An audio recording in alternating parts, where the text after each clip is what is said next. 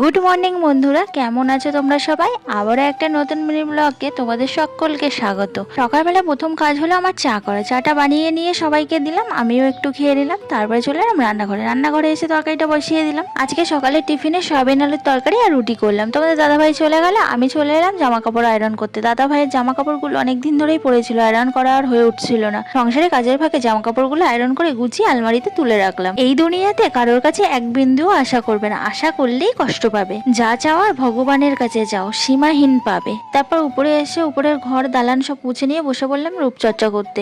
মুখের মধ্যে এত গোটা র্যাশ বেরিয়েছে, অনেকদিন ধরেই ভাবছি ফেস প্যাকটা করবো, কিন্তু করা আর হয়ে উঠছিল না। আমি ঘরোয়া পদ্ধতিতে এই ফেস প্যাকটা করি, আমার খুবই ভালো উপকার হয়।